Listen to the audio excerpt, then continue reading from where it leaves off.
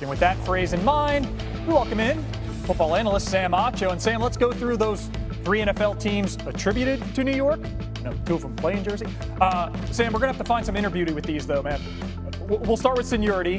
Established 1925. What do you love about the Giants? I love their defensive line. We could start with Dexter Lawrence, but you hear about Brian Burns, Kayvon Thibodeau, and oh, by the way, they just drafted Abdul Carter. So you're going to see Kayvon Thibodeau. He's a dog. He's dominant on the edge. So is Brian Burns. But Dexter Lawrence is different. He's a nose tackle. He plays on the inside, yet he had 9 sacks last year. He lives on edges. What do I mean by that? He doesn't rush right down the middle of offensive linemen. He has great hands, great feet, and great quickness. So that defensive line, we heard about the first 3. Add to that Abdul Carter, the rookie first-round pick. Could be special, could be dangerous. That's what I love about the New York Giants. All right, Sam, the Giants' roommates have the longest active NFL playoff drought. What do you love about the Jets?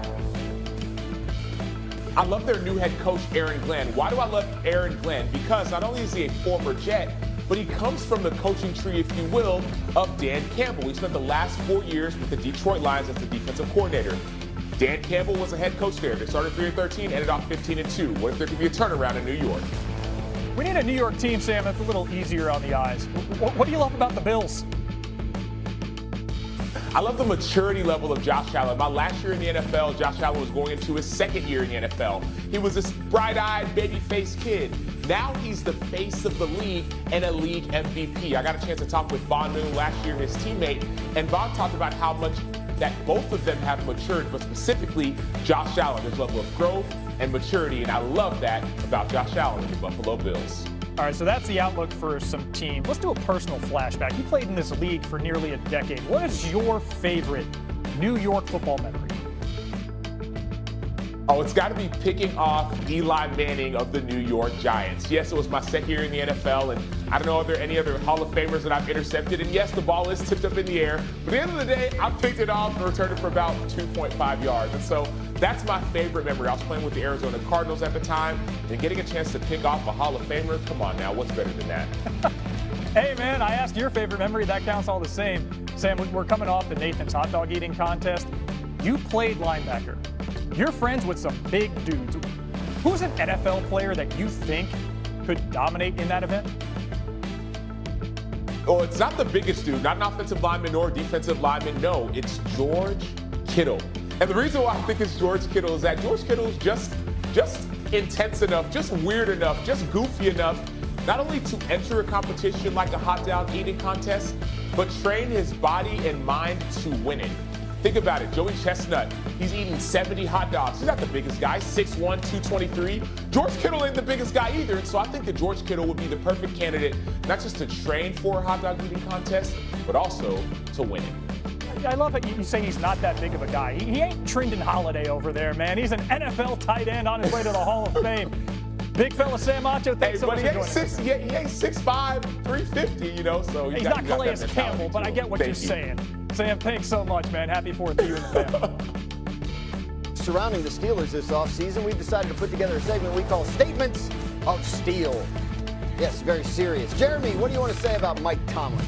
Dan, it would take a colossal meltdown for Mike Tomlin to face any sort of real pressure. I know they made a bunch of splash moves. The expectations are heightened, but meltdowns are just something that Mike Tomlin doesn't do. He's allergic to them. Every year, winning season, longest tenured coach in the NFL, and he is a catalyst for why Aaron Rodgers is in Pittsburgh right now. He wants to play for Mike Tomlin. They want to see that through. Mike T, how much pressure is on Mike T in Pittsburgh this year? Look, there's significant pressure on him, but there is every year. I think what's interesting is how does he manage so many players over 30? Think about Aaron Rodgers, Cam Hayward, T.J. Watt, Darius Slade, Jalen Ramsey. He's the right guy to manage it, but they have to be ready to go for September. So I'm going to be interested because he usually has a very competitive camp. Does he maybe pare back on that just a little bit? EJ, what do you think about Mike Tomlin when you look ahead to this Steelers season? Big year for him?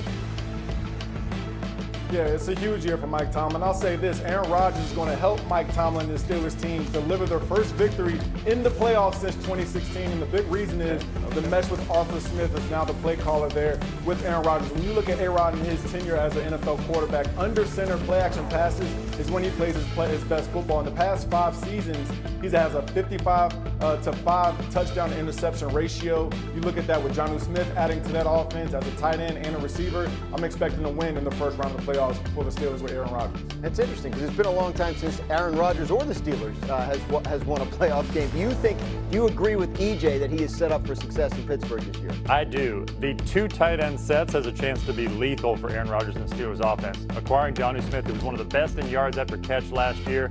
Got a great stat from my guy Hembo. Aaron Rodgers was operating at about 25% or more on 2 tight end sets during his 4 MVP seasons. So he's comfortable with that. He's in a situation where he doesn't have to be the hero.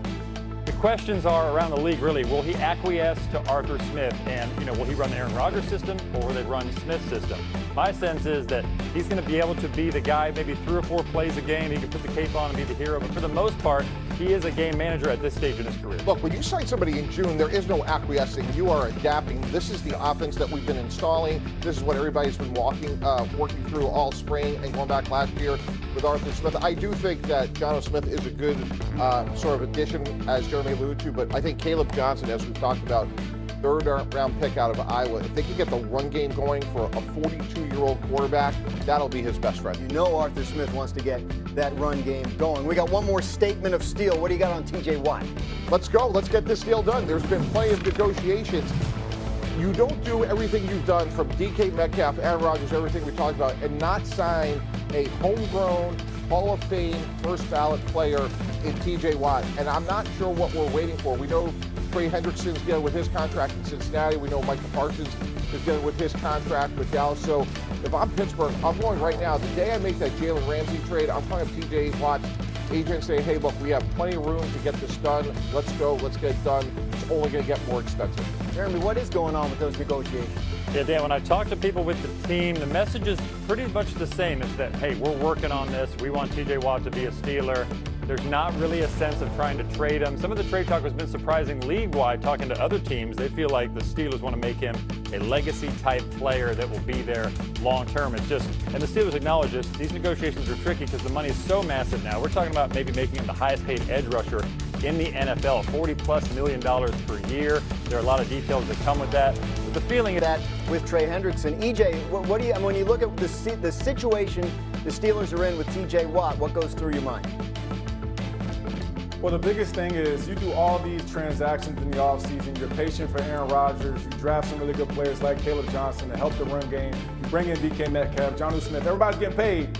And if they don't get TJ Watt, guys, all that's a wash. I'm sorry. I just don't see this team, like I said, getting to a playoff or even a playoff win if you don't have the cornerstone piece of your defense. Look, TJ Watt is that good of a defensive end. And you look at the quarterbacks in that division, along with some of the receivers, if they're not getting pressured, you have no chance. And so I think it's so important at this point. I will hope it gets done this week, guys, that they get TJ Watt in there. And Hembo gave me this stat. So TJ Watt's had 3 titles as far as sacks since 1982 when that stat became an actual thing. And the other person ahead of him is Deacon Jones. We're talking about rare air, a current Hall of Famer at this point already in his career. I hear that he's 30, but you have to get this deal done because he's a huge piece of the success of the Steelers. And EJ, as a former player, you can't bring in all these other players, be it DK Metcalf and everyone else that we talked about, and not pay TJ Watt. Your locker room would look at you upside down like, how can't you reward somebody that's not only been so productive, but has done everything right?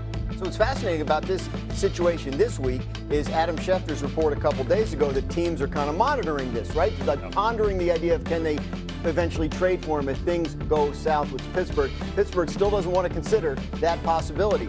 But EJ, if it got to that, who should be calling the Steelers to try to get TJ Watt? Yeah, Dan Campbell should be calling them on speed dial, guys. Look, if he is able to join a Detroit Lions team, and I understand that Aiden Hutchinson had the injury last year. He's progressing. He's going to be able to go this season.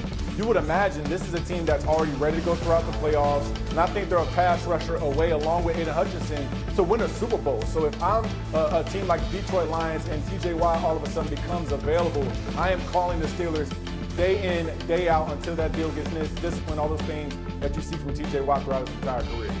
Yeah, EJ, I see you with Dan Campbell, but I'm going to raise you with Adam Peters and Dan Quinn, who have made every right decision since they got to Washington a year ago. They have a superstar quarterback in Jayden Daniels. Their offense is loaded. Got 2 new tackles in Laramie Tunsil, Josh Connerly, added Deebo Samuel. The one missing piece to me is one more edge pass rusher. What a story would be for the Washington Commanders to get TJ Watt. I think they would be right in the conversation with the powers of the NFC. Packers an interesting pick. Yeah, I'm going to make TJ Watt happy, the player. Hey, come home to Wisconsin, baby. Come play for the home area Packers. The Green Bay Packers are actually low-key looking at the pass rush market around free agency, potential trades, potential signings. They have some new cap space after they moved on from Jair Alexander, the star cornerback.